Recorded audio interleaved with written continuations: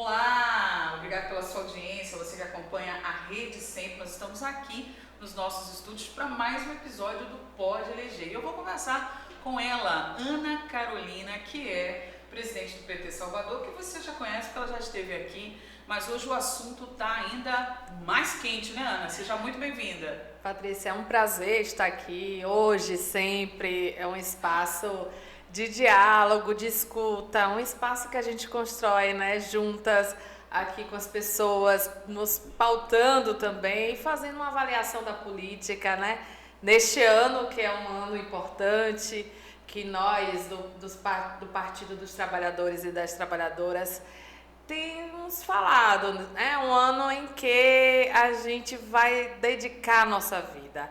É a reeleição, né, do nosso líder maior, Luiz Inácio Lula da Silva. E aqui no estado da Bahia, com o nosso professor, nosso querido Jerônimo Rodrigues. Então, essa vai ser uma eleição daquelas, né? Militância está aí com o coração batendo forte, né? Batendo forte, mas animados, né? A nossa tarefa é fortalecer, manter e fortalecer a nossa bancada de deputados, deputadas estaduais e federais. Então, tem muita coisa para a gente fazer neste ano. Na verdade, isso que você está falando é bem importante, porque vocês já fazem o dia a dia da militância do PT, o dia a dia de vocês já é uma construção política o ano todo, né? E mesmo não tendo eleição, a vida de vocês é conscientizar pessoas, né? Mas sendo esse um ano mais específico, digamos assim, um ano que a gente realmente tem uma urna diante de nós e quem está em casa também precisa ser instruído, né? Como conduzir, sem nenhum tipo, digamos assim, de radicalidade. A gente sabe que as pessoas têm perspectivas diferentes. Sim. E tal, mas o que é que vocês estão pensando para instruir? Olha, não tão diferente, mas um pouco diferente. Nós temos um cenário de mundo complexo, né? Vamos começar falando das guerras. Hoje está colocada uma grande guerra, né? Onde a direita se posiciona, a direita e a extrema-direita se posiciona de uma forma muito feroz, né? E nós temos o Lula, né, o nosso líder, um dos grandes chefes de Estado, pautando a paz, colocando a paz como um princípio básico da humanidade. Portanto, a gente falar de eleição é falar também da organização, da polarização que nós temos não só no Brasil, não só, todo, né? mas no mundo, né? Uma organização da direita e da extrema direita para derrotar o Lula. Então, essa tarefa de organizar a militância, de organizar o nosso povo, de construir um processo formativo e de comunicação para que as pessoas possam ali convencer a cada pessoa todos os dias, a todo momento, a todo segundo. Essa é a nossa tarefa. E uma tarefa que eu vou te dizer, uma tarefa que nos honra. Porque falar do legado de Lula, falar de um país, eu não consigo imaginar um país que não tiver, um Brasil que não tivesse o Lula. Eu lembro, eu entrei na universidade em 2003, 2002, 2003, mais ou menos ali, porque naquele momento a UFBA passava por um processo de greve. Eu lembro da universidade como era. A universidade era uma universidade fria, uma universidade que não tinha tantas aulas, uma universidade branca, uma outra lógica de universidade federal.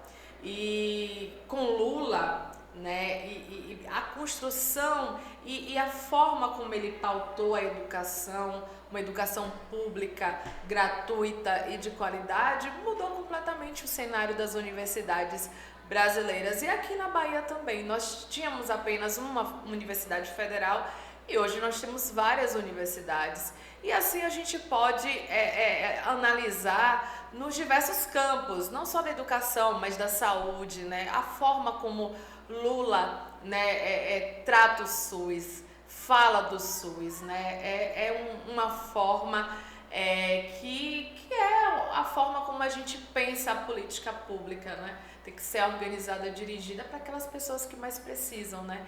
Então, este ano, de fato, é um ano que nos anima a fazer militância e, sobretudo, ir para as urnas. Você acha que a gente ainda deve se preocupar muito com fake news ou a população está mais esclarecida? Não, ainda continua assim, o fake news é algo que está muito colocado na política, a gente percebe, a gente vê. Acho que ainda é uma ferramenta a ser usada nessa eleição. Uma ferramenta feroz. Feroz. Temos que prestar atenção nisso aí. Muito. Não dá para acreditar em tudo que se vê no checar WhatsApp, sempre, na internet, não dá, hein? E nesse momento que a gente vive, é o momento da inteligência artificial, né? Onde se utilizam de falas, de fotos, para criar algo tá fora perigoso, do contexto, então. Exatamente. Então, a atenção tem que ser redobrada.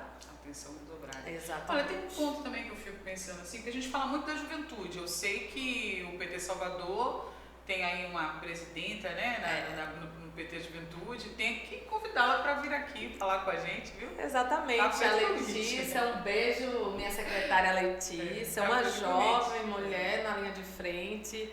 Hoje nós conversávamos sobre algumas campanhas que a juventude vai estar pautando, né, nos próximos dias.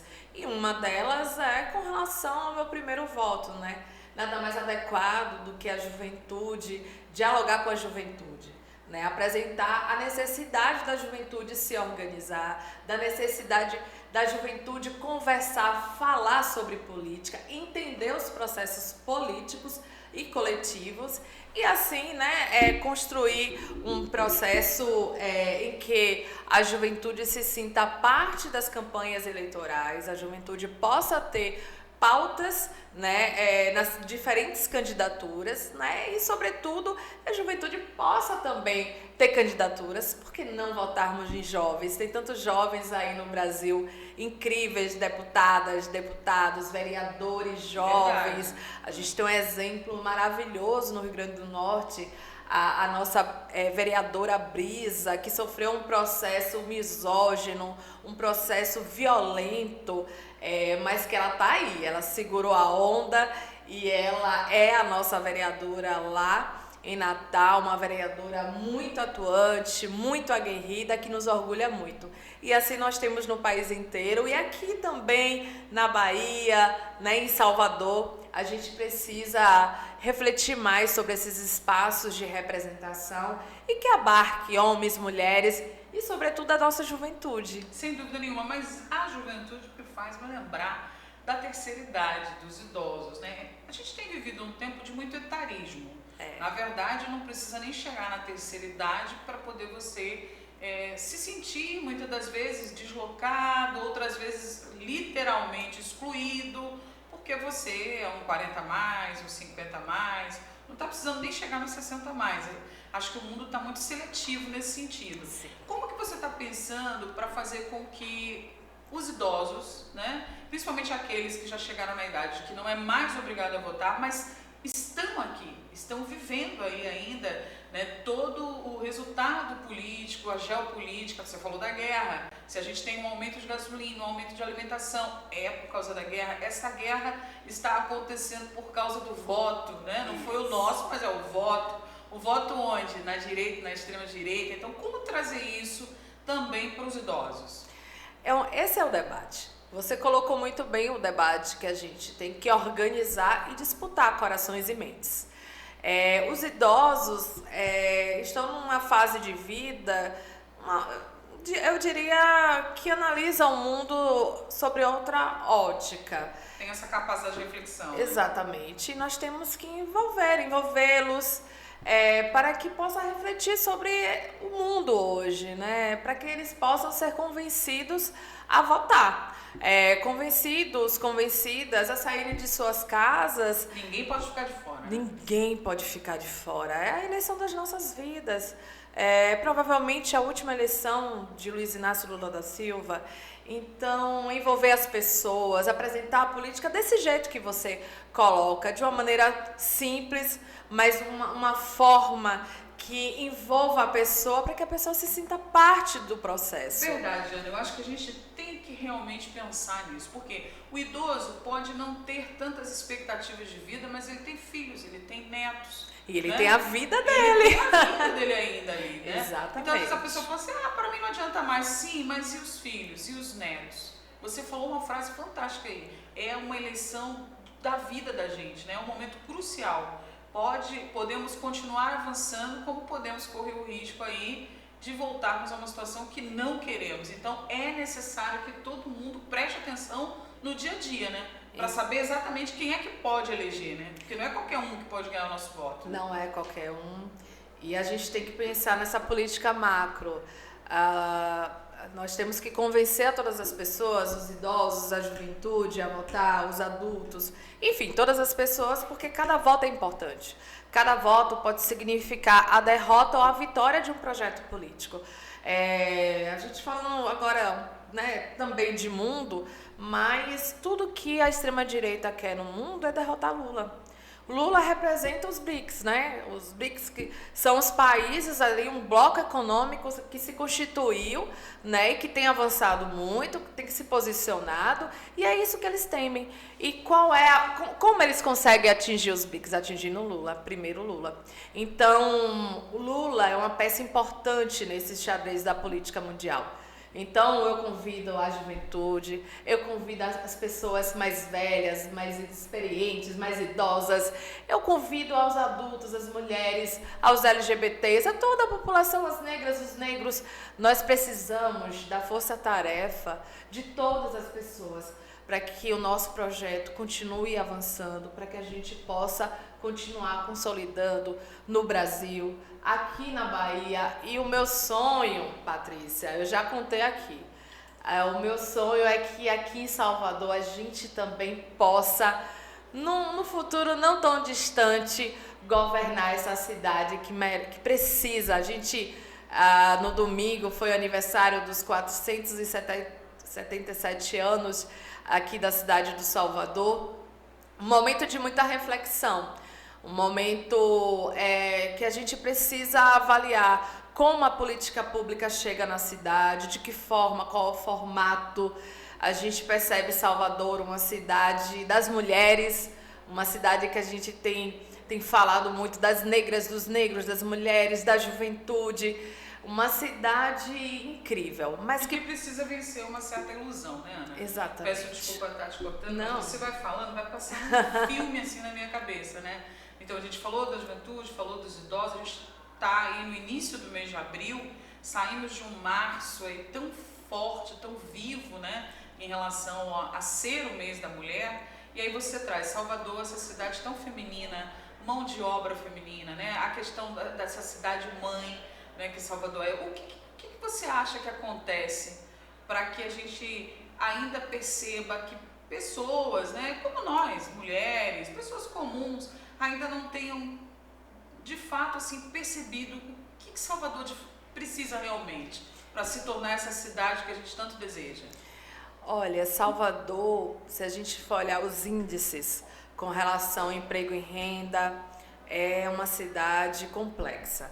A gente tem o maior número de pessoas e mulheres no mercado informal, né? A gente tem uma saúde precária, a gente não tem creche para deixar os nossos filhos. Nós mulheres Isso eu escuto quase padecemos nessa cidade. A cidade das mulheres nega o direito das mulheres de ir e vir. Verdadeiro absurdo, né? Exatamente. É o mínimo que uma cidade pode oferecer para o cidadão, né? Esse cuidado com a criança, né? Nem a criança tem sido olhada de verdade. Exato, e é completa o descaso, né? O meio ambiente, a gente está vendo aí desmatando áreas verdes importantes, sombreamento de áreas da praia, na praia, então negando o direito das pessoas, né, a se movimentarem na cidade. Olha o transporte público que nós temos, né? Houve o aumento da tarifa de ônibus, que é um movimento que os partidos de esquerda têm feito um movimento importante, que é o movimento tarifa zero, e a gente percebe que aumenta o preço, mas a qualidade do serviço é uma qualidade muito baixa, os ônibus, né? Foi dito que os ônibus de Salvador irão ter ar-condicionado. Até hoje a gente não vê esses ônibus com ar-condicionados, os ônibus sucateados, né? As pessoas naquele ponto de ônibus, você olha assim, nesse tempo de chuva mesmo, Salvador, né? Se não fosse o nosso governador, com a construção e entrega de encostas, Salvador estaria passando por um processo muito difícil.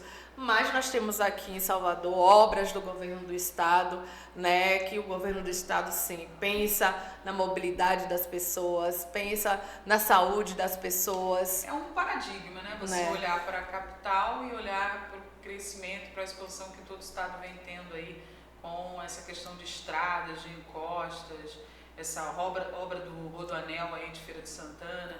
A gente fica preocupado com o povo. O povo está precisando acordar, né? Está precisando estudar um pouco mais, memorizar, né? Rememorar, como diz Drummond, né? Para poder a gente perceber essa transição. Você acha que isso vai refletir também agora na eleição para o governo do estado? Porque temos aí 3 ex-governadores, né? Que estão praticamente já se declarando aí pré-candidatos, né?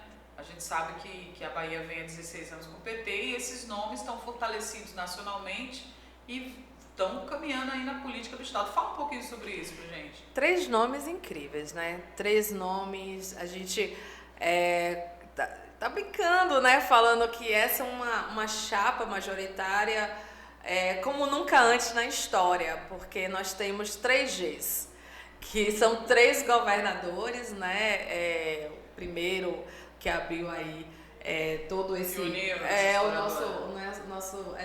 nosso galego Jacques Wagner, né? Temos o Rui Costa, os 2 se colocando aí na vaga do Senado, e nós temos o nosso querido professor, né, militante, Jerônimo Rodrigues, que está fazendo um trabalho belíssimo. Eu diria que eu não tenho problema nenhum em fazer comparações, porque as comparações são necessárias e importantíssimas. A partir do legado de Jerônimo, de Jacques Wagner e de Rui Costa, Jerônimo tem feito um excelente trabalho. Até porque os contextos eram diferentes. Imagina o estado que não chegou, né, nas mãos de Jacques Wagner, era uma outra Bahia. E este ano a gente completa 20 anos que derrotamos o carlismo, né? Este ano é um ano simbólico.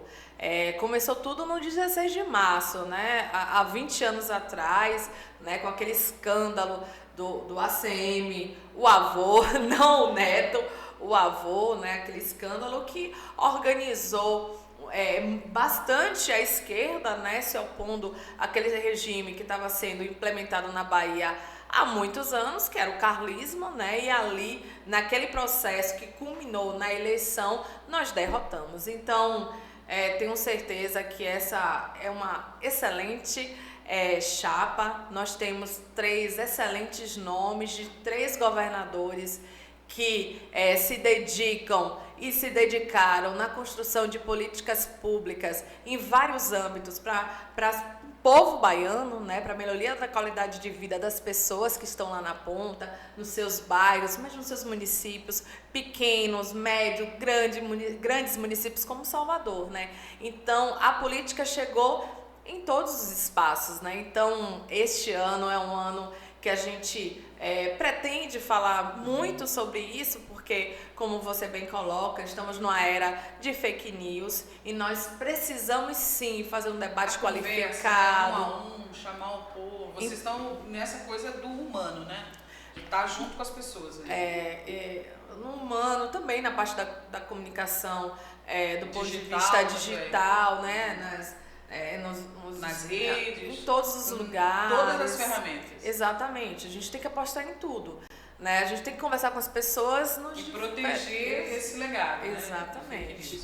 Olha, é muito interessante essa conversa, mas eu vou sempre pensando, né, em quanta riqueza de conhecimento você tem para trazer. Durante o mês de março, a gente acompanhou aí pelas redes inúmeras ações. Queria que você fizesse um balanço sobre como foi o mês da mulher para o PT Salvador, mas que também você já adiantasse alguma coisa assim pra gente sobre os nomes femininos. Não sei se você já pode adiantar, mas não precisa nem falar o nome, mas assim, tem muita mulher que vem aí candidata a deputada estadual, deputada federal. O PT tá fazendo o dever de casa, porque a gente fala tanto, né? Que a mulher tem espaço, pode estar onde quer e tal. E agora? Vocês têm candidata? Se a gente quiser votar em mulher, tem candidata? Temos candidatas e excelentes candidatas. Temos um processo na chapa, principalmente estadual, de renovação, viu? Tô vendo aí vários nomes sendo apresentados de companheiras nova, jovens, mulheres negras com trajetória, com histórias de vida muito fortes, assim. Então, eu tô animada. Eu acho que vai ser um bom momento para nossas mulheres se apresentarem a política, a forma. Na verdade, quando a gente senta diante de uma presidenta de um partido tão forte quanto o PT, enorme, numa capital como Salvador, mulher, a gente espera que esse partido ofereça também nomes femininos, né? Exatamente. E olhe, vai vir nomes assim incríveis, poderosos do campo, da cidade, da educação, da assistência social, do movimento negro. Então, assim, temos muitos nomes e nomes competitivos. Provavelmente, então... Aqui não tem essa história de mulher laranja, não. Aqui a política é levada a sério e nossas mulheres são mulheres aguerridas de luta, com histórias e trajetórias de vida que nos inspiram, né? E que é uma coisa, me parece, com todo respeito a todos os partidos, a todas as mulheres, mas me parece que existe aí uma geração de mulheres que tem na veia, né? Por exemplo, a gente conversa com você, não consegue te imaginar fazendo nenhuma outra coisa que não seja fazer política. Então, vocês têm muitas candidatas assim, né? Digamos, candidata raiz. Muitas candidatas raiz, candidaturas que me orgulha muito, que me representa, que eu me vejo, sabe? Quando você olha aquela mulher, você, nossa, ela é a minha deputada, então eu tenho certeza. Não foi só março mesmo, esse ano vai ser o ano da mulherada, hein? Vai ser o ano feminino, da política feminina. Tô torcendo para isso também, né? A gente entrevista grandes homens, tem nomes políticos maravilhosos, pessoas íntegras e que têm trabalho também, mas não é um momento da gente fazer guerra de sexo, é um momento da gente abrir espaço para quem tem história e para quem vem construindo esse caminho, né, Ana? Exatamente. Esse mês de março nos faz essa reflexão, nos remete a essa reflexão, né? O mês da mulher, né? O dia 8 de março é o Dia Internacional de Lutas das Mulheres, né? Um dia importante. A gente vai pra rua, a gente se abraça, a gente se beija, a gente se reencontra, mas a gente fala sobre política.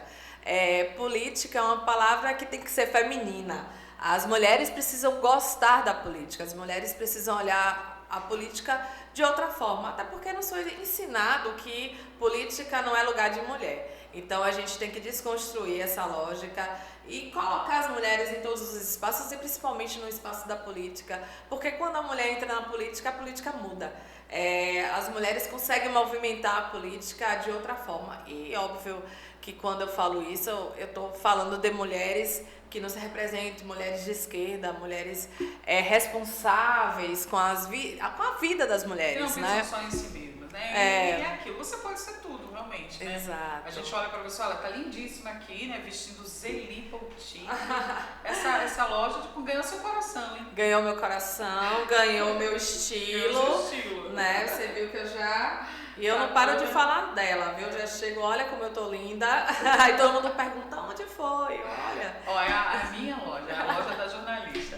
Mas, Ana, é isso, né? A mulher tem de tudo, né? Você tem essa competência de estudar, de crescer. Quantas pessoas estão nos assistindo agora que tiveram oportunidade de estudar, às vezes já na vida adulta, também por conta desse governo que está no poder, né? Tem essa coisa da beleza, da estética. Qual mulher que não gosta de se cuidar, né? Sim. Você fala, mulher vai fazer a unha, nossa, vai fazer o cabelo, toda mulher gosta de se cuidar. Mas nada que a gente faz pode ocupar o lugar da política, né? Pois é. Porque a gente precisa estar atento a esses movimentos, né, Ana? Quando se é mulher, tudo é político para nós. a forma de se vestir, a forma de se colocar, o que a gente come, o que a gente fala, tudo acaba remetendo à política. Então, as mulheres, eu faço um chamado para que a gente faça essa reflexão profunda do que é ser mulher. Porque mulher, você se torna, né? Você se torna, você não nasce feminista, você estuda, você entende, você conversa com outras mulheres, você se entende enquanto Até que uma você mulher percebe feminista. que não tem caminho, né? Não, Você tem não que, tem. que ir pra luta mesmo. E O caminho é a luta. E um passo dado, eu garanto, Não tem volta. Não tem volta. não tem volta. Pois é, não é março apenas o nosso mês, nós vamos fazer deste ano um ano incrível. Mas vamos voltar aí para os 3G? Ah, você gostou. Os 3G, porque você falou de Jacques, eu também tenho muito carinho pelo governador Rui Costa, né? Eu sempre tenho aqui na minha mesa essa revista aqui. Eu tô até querendo ver se ele faz outra lá, né? Ah, linda. Do ministério dele lá. Eu vi, acho que ontem, né, que ele também já deixou o ministério para se dedicar aí, né, porque quem vai ser candidato não pode ficar no governo, né? Exato. Então, essa revista toda do governo dele aqui na Bahia, né, é uma revista linda. Eu te mostrei, acho que da outra vez que você veio aqui, Foi. né? E sempre eu tenho ela aqui comigo. Um tal. carinho, né, você Carinho, tem. porque eu percebi também que nesse período que ele estava no poder ali, até a mídia da cidade começou a ser olhada de outra forma. Porque antigamente a gente falava de 2 grandes televisões. Hoje a gente tem espaço, né? Tantos blogs, a mídia, a comunicação, o poder que a gente conseguiu dar para pequenas comunidades, né? Essa comunicação periférica. E agora, com o governador Jerônimo, eu fico às vezes até assim, observando como que a sociedade está sendo tratada, né? Você vê aí a economia solidária, as feiras que acontecem, os pequenos agricultores. Dá gosto. Mim, sabe? Eu sou bem sincera, eu sou uma jornalista que o nome do político não é a coisa mais importante, né? Às vezes as pessoas falam, você vai ver fulano? Não vou ver ninguém, eu vou lá na feira, porque eu amo ver a agricultura familiar, comprar aquele queijo que vem para minha casa, é paixão que eu tenho. Então, quando eu vejo um governo, né, como a primeira-dama, por exemplo, atuante, né, com os povos originários, quando eu vejo isso, meu Deus, eu falo, eu queria isso a vida toda, chegou, então eu não quero perder. Então, não tem nada a ver com o nome de candidato, sabe? Isso aí é uma coisa que cada um vai definir, mas a prática em sociedade que a gente vive hoje é uma prática que desde quando eu estava lá na Universidade Federal também, eu já tinha isso no meu coração e é muito lindo, né? A gente tá, eu já te falei da feira também, né? Você é apaixonada pela feira também, né? Eu também. E vou te dizer mais, assim, você falando o perfil de Jerônimo, né? É um perfil do povo, né? Uma pessoa do povo, uma pessoa de bem, uma pessoa que se preocupa, né, com se o outro comeu. Isso é muito profundo, né? Se preocupa com as pessoas. Essa forma de olhar as pessoas é uma forma muito única, muito autêntica. E eu acho que essa forma, quando se traduz na política, a gente consegue construir uma política mais próxima do que as pessoas verdadeiramente precisam. Uma política sem vaidade, né? Sem vaidade. Um funcionário do povo. Exatamente. Tá ali para trabalhar. E eu percebo também um preconceito muito grande com relação a isso, né? Eu já ouvi muitas pessoas apresentarem críticas que no fundo eram críticas por conta da cor da pele dele, da simplicidade, o fato dele ter nascido num território que não é um território urbano, é um território rural, é algo que mexe com né? As pessoas olham para Jerônimo e as pessoas pensam, se ele está sentado lá, eu também posso. Isso é algo fantástico, porque as pessoas podem sonhar com isso, né? Sonhar que as pessoas podem ter acesso, ter condição de ser governador, porque antes era algo muito colocado para elite, né? Passar de pai para filho, pai, homem, para seu filho, seu sobrinho, sempre nessa rota. E Jerônimo quebra completamente essa lógica. Jerônimo impõe uma uma política do cuidado. Jerônimo fala de política com uma linguagem e que qualquer pessoa entende. Então, sem dúvida nenhuma, é muito diferente a forma como ele tem gerido o Estado. Exato. Em relação ao diálogo com as pessoas. A prioridade é construir escola. A prioridade de um governo em construir escola, para mim, diz muito quem é o gestor, né? É um gestor preocupado com a educação, um gestor preocupado se na escola vai ter merenda ou alimentação. E ele sempre fala, nas minhas escolas... A alimentação. É a alimentação. Escolas que nós temos uma infraestrutura, auditórios, piscinas, algo que uma criança, um jovem, um adolescente negro, né, vai ter acesso a uma piscina, vai ter acesso a uma biblioteca de qualidade, vai ter acesso, né, vai poder ali na escola fazer um teatro, vai poder fazer aula de música. Então, isso coloca Jerônimo em outra esfera do ponto de vista de eu gestão. Acho que vale a pena quem está acompanhando a nossa programação, ou pelo YouTube, ou também pelos nossos canais, observar, tirar as próprias conclusões, né? Porque eu acho que o caminho é muito por aí. Então, eu quero te agradecer por mais uma vez estar aqui com a gente. Nosso programa está quase chegando ao fim. Mas já? Saber... Passa muito rápido. Passa rápido. Saber que esse mês de março foi produtivo, que vamos ter mulheres, sua preocupação com a juventude, com os idosos. E você, Ana, seu futuro aí? Os próximos, faltam o quê? Vai ficar mais 3 anos aí, né? Só tem 1 ano de mandato. 6 meses. 6 meses! A mulher já fez, já aconteceu, já correu. É a pessoa que mais aparece no Instagram, né? Toda hora tem uma passeada. Que bom! E aí só tem 6 meses. 6 meses. Então tem muito trabalho, né, Ana, pra fazer pela frente. Muito. E a gente não pode parar. O Partido dos Trabalhadores em Salvador, ele passou... eu diria, nos últimos anos, um processo de desacúmulo político muito grande. Então, nós perdemos um protagonismo enorme na cidade. E agora a gente precisa retomar o partido, ocupando as ruas, ocupando Salvador, ocupando as redes, né? Nós precisamos estar em todos esses espaços. E por isso nós finalizamos agora um planejamento de gestão para os 4 anos. Um planejamento que a gente sabe, o planejar você vai mudando muita coisa, mas não dá pra gente fazer tudo ao mesmo tempo. A gente precisa ter foco, a gente precisa ter organização, estratégia, né? Porque o que não falta são ações para se fazer na cidade, né? Mas a gente também não pode abraçar o mundo, então a gente precisa entender a cidade, saber onde a gente vai se posicionar e como a gente ajuda a organizar uma esquerda forte na cidade, onde a gente tenha um projeto político forte de cidade e eleitoral, porque a gente quer também disputa de poder, né? Hoje nós temos uma única vereadora na cidade de Salvador, vereadora Marta Rodrigues, um grande abraço, nossa querida. Convidadíssima a voltar aqui na cidade. Ela não veio ainda nesse estúdio novo, mas ela já esteve aqui com a gente. E ela é uma figura, uma mulher assim de muita vontade de mudar, né? Ela faz a luta ali todo dia.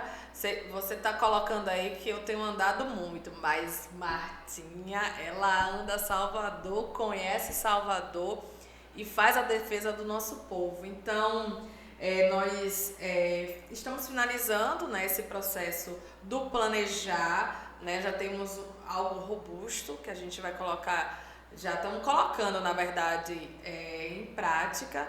Primeiro é a organização interna do nosso partido, né? Então, também mexer um pouco nessa perspectiva. O nosso presidente nacional do PT nos deu uma tarefa de fazer algo que é inovador, mas que todo mundo conhece, que é a construção da política de base, é a nucleação. Então, a nucleação foi algo muito importante quando o partido foi fundado na década de 80, ali 90, né? Tinha os núcleos núcleos de petista no bairro X, núcleos de petistas... Pequenas células, né? Exatamente, que eram importantes para que as pessoas conhecessem, para que ali, lá na ponta, todo mundo soubesse o que era aquele partido, quem são as pessoas que constroem aquele partido. Então a gente teve núcleo de tudo quanto foi jeito, e principalmente da igreja católica, evangélica, né? Núcleos de igrejas foram processos importantes e eu diria fundamentais para a nossa organização, que culminou nesse partido, que é o maior partido da América Latina. Se não tivesse essas células, né, se propagando... Olhasse realmente para a pessoa. Né? Exatamente, e fazendo aquele debate necessário ali, seja de segmento, seja de bairro ou de área de atuação, enfim. E ele, de forma muito sábia, ele corajosa, resolveu retomar esse debate da nucleação. Então, nós temos uma secretaria hoje, que é uma secretaria de nucleação. A gente vai apostar muito na nucleação. A gente já tem alguns núcleos. A gente tem um núcleo da Universidade Federal da Bahia, um núcleozinho lá que tem professores, servidores, estudantes, todo mundo está lá. Então, é algo para a gente ir suscitando nos outros espaços. E a gente vai fazer isso também na UNEB, nas ilhas, porque as ilhas, a gente sabe que tem uma distância de Salvador. A gente pretende também formar esses núcleos com a turma que faz uma arte periférica. É importante a gente estar na periferia, com os artistas, juntando, que são pessoas negras, né, mulheres, homens. Então, é importante que a gente fale. É realmente uma decisão corajosa, porque precisa ouvir todo mundo. Precisa. Né? Para montar núcleos assim, todo mundo tem que ter seu lugar de fala, né? Exatamente. E entender o lugar de fala e respeitar o lugar de fala, né? Então, é algo que a gente está apostando muito nesse processo do partido para os próximos 4 anos. Nós finalizamos aí os setoriais, fizemos em Salvador 15 setoriais. Então nós temos setoriais de mulheres, de negras e negros, da educação, saúde, assistência social, pessoa com deficiência. Um trabalho de integração. Um trabalho enorme. E cada setorial desse com uma política viva e com pessoas assim de ponta. Pessoas que têm um acúmulo enorme naquele tema, então que vai ajudar muito agora nesse processo de condução, inclusive eleitoral, que a gente chama dos PGPs, que são os nossos programas participativos, né? Que no processo eleitoral a gente reúne ali o PGP sobre as mulheres, aí juntam as mulheres para apresentar as propostas para o nosso programa de governo, que Jerônimo se compromete, né? E, inclusive, no último processo eleitoral, Jerônimo zerou. Tudo que ele apresentou no seu programa de governo, ele transformou em ação, em política. Então, isso é algo muito... É uma gestão participativa mesmo, né? Vai acontecendo com a militância participando, né? E agora é a hora da gente avaliar, né? Refletir o que precisa avançar, o que precisa melhorar, o que a gente pode ali, né? Então, esses processos eleitorais também servem para a gente refletir a política pública, né? De que forma está chegando para as pessoas, de que forma está chegando para quem mais precisa e como é que a gente vai chegar, porque às vezes a gente pensa uma coisa e na vida real é outra. Então, esses momentos eleitorais, a gente reúne as pessoas para a gente fazer uma reflexão de ponto a ponto, para a gente poder, ganhando o processo eleitoral, que eu tenho certeza que nós seremos vitoriosos, a gente colocar em prática tudo aquilo que a gente acumulou, que a gente refletiu, a gente mudou o curso ou a gente está pensando de novo. Obrigada, Ana. Olha, gente, esse é o objetivo aqui do Pode Eleger, fazer você se apaixonar pela política. Não é ganhar seu voto, não é dizer em quem você vai votar, porque isso você vai fazer sozinho, quando você estiver instituindo na sua vida a política como o pão de cada dia, né? Todo Exato. dia você não toma café, todo dia você tem que saber das notícias, tem que estar dando opinião. Aquilo vai virando uma coisa tão natural que aí você vai decidir em quem você vai votar com consciência. Não é por aí? Política tem que ser algo gostoso de ser digerido, de ser conversado. A gente precisa olhar a política com muito carinho, com muito cuidado. A política, ela tem que estar na mesa mesmo, como você está apresentando. Ela tem que estar na mesa o tempo todo, seja na mesa da nossa casa, mas na mesa do nosso ambiente de trabalho, na mesa de bar. Tem coisa mais deliciosa. Aleatório. Eu sempre falo isso, né? Não se desliga não, porque é nessa hora aí que você perde, né, a oportunidade. Então, a gente nunca vive aleatório, principalmente as mulheres, né? Principalmente como as você mulheres. falou, para uma mulher, tudo é política. Olha, nós vamos ficando por aqui, mas você já está convidada a voltar, a trazer a presidente da juventude, a trazer a Martinha, outras pessoas para estarem falando aqui conosco sobre essa coisa mesmo da gente fazer da política um tema nosso. Por que não? Vamos? Ó, essa mulher linda, maravilhosa, inteligentíssima, falando de política do jeito que fala, é uma inspiração não só para mim, como para todo mundo que está assistindo, porque é possível fazer tudo e não deixar passar batido essas coisas tão importantes. Eu quero que você volte aqui para a gente falar um pouco mais sobre as leis aí que foram sancionadas nos últimos meses, que favorecem as mulheres. Vamos falar um pouquinho também sobre feminicídio, tá? Vamos criar um caminho para a gente tratar desses temas. São tão doloridos que eu preferi não falar hoje, já que a gente tinha tanta coisa boa para falar, né? Mas que precisa, viu? Precisa a gente continuar batendo nesse martelo aí. E quero só deixar aqui alguns dados do feminicídio que, assim, são importantes para a gente refletir. Já quero me colocar à disposição para a gente conversar, mas a gente tem uns números, assim, alarmantes com relação às mulheres evangélicas, né? Cerca de 80% das mulheres que são assassinadas são evangélicas. 69% são mulheres negras. Então, as mulheres evangélicas precisam conversar sobre o feminicídio, sobre a violência de gênero. A gente precisa conversar mais, conversar entre a gente precisa se ajudar, a gente precisa tirar algumas questões que são complexas, mas são necessárias que a gente paute, porque todas as mulheres, elas precisam serem livres.